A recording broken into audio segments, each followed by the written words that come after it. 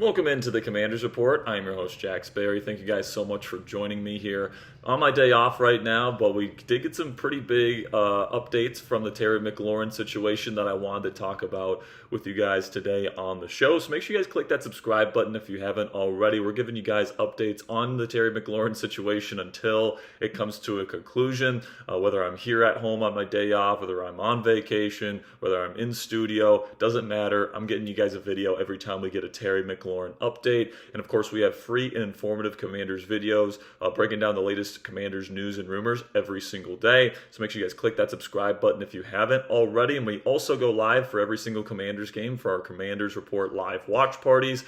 So our next one is obviously Monday for Monday Night Football.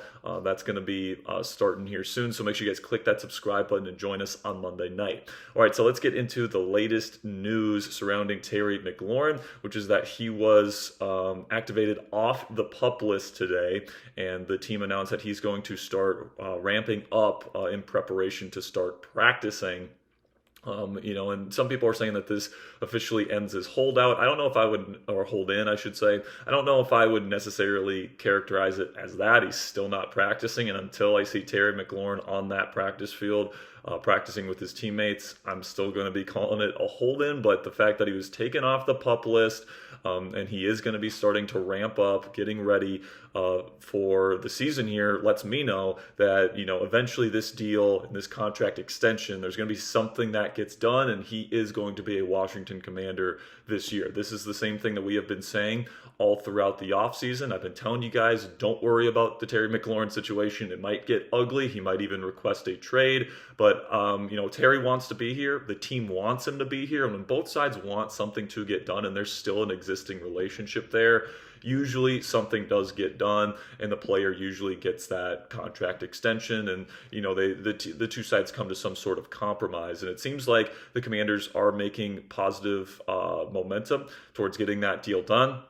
A report today from the People's Insider, Ricky on Twitter, says that this deal is probably going to be coming down here pretty soon. This is what Ricky had to say. And by the way, before you scoff at Ricky, because he's not Adam Schefter or Ian Rappaport or Tom Pelissero, he had the Jalen Ramsey trade to the Pittsburgh Steelers before anyone else did. He had the George Pickens trade to the Dallas Cowboys before anyone else did. And he's had a ton of reporting done this offseason ahead of Schefter, ahead of Rappaport, ahead of all these guys.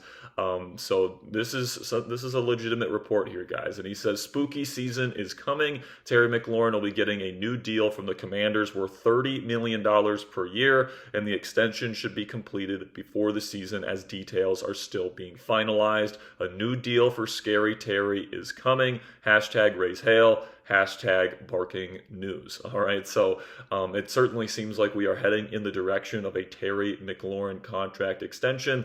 And if Ricky's report is correct, it's going to be somewhere around the range of $30 million per season, which honestly I think is a fair deal for Terry McLaurin. There is a little bit of risk involved with paying a receiver that is going to be turning 30 here.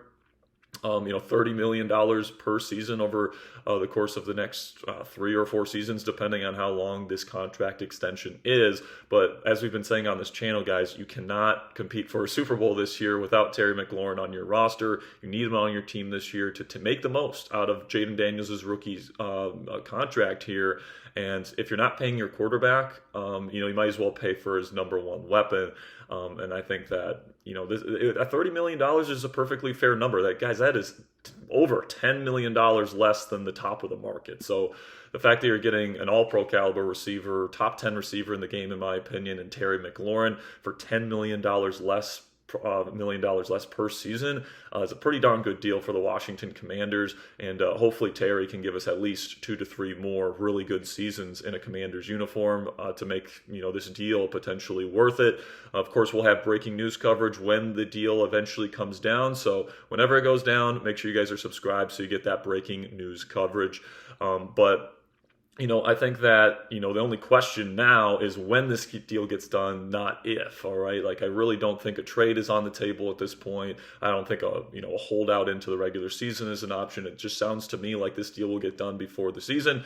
But as we've been discussing on the show for quite a while, the big question for me has always been when this deal gets done, not if, because I don't want him to sign days before the start of the regular season where he doesn't get any practice time. He doesn't get any reps out there on the field with Jaden Daniels and with the offense going up against the defense, and really get his feet wet before we get into the regular season, because that's what happened with CeeDee Lamb last year. That's what happened with Brandon Ayuk last year, and both those guys got off to slow starts in the season.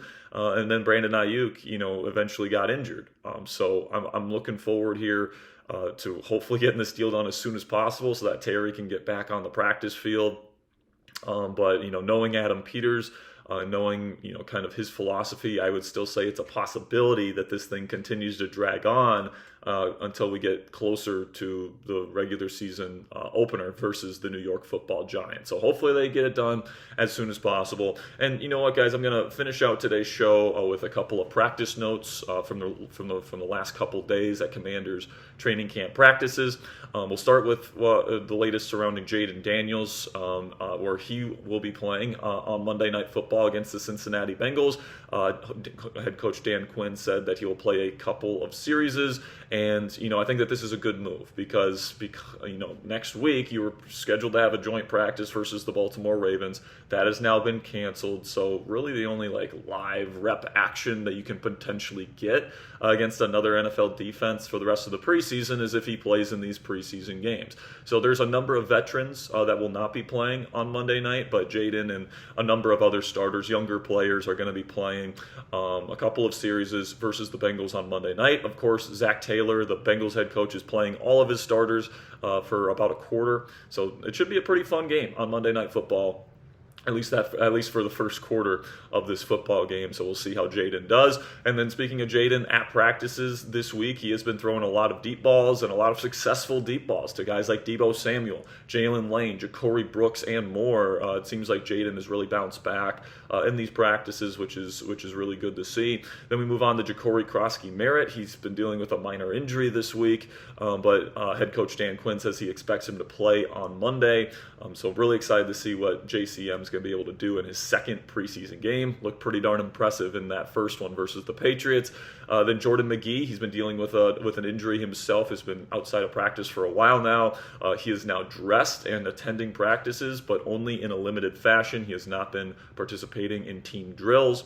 Also, Dan Quinn at his press conference today shouted out a number of players that have been playing well, specifically on defense throughout training camp. He called out Javon Kinlaw, Will Harris, Quan Martin, and Jeremy Reeves. And it's good to see that Kinlaw and Harris, the two free agent pickups, have lived up to the expectations that this coaching staff has had for them heading into the year. But it's also great to see that Jeremy Reeves is making plays in the 11-on-11 periods and in the team periods in practice. I think he's proving to be more than just a special teams player. Both Dan Quinn and Joe Witt Jr. now have said that they're trying to find ways to get Reeves on the field because he has been so good. So, we've been talking all offseason about who's going to be that third, quote-unquote, bandit safety. Right now, it's looking like Jeremy Reeves could be that guy. Tyler Owens has been a little bit disappointing during training camp. Dominique Hampton was another candidate. He ended up getting cut. So it sounds like Jeremy Reeves is going to be that third safety that gets out there in those kind of bandit looks for this defense. So really good news for Jeremy Reeves. Also with the addition that he gives you with the special teams, which is really why he's on this team. Now that he's adding a little bit of value to defense, that's some really good news for Commanders fans.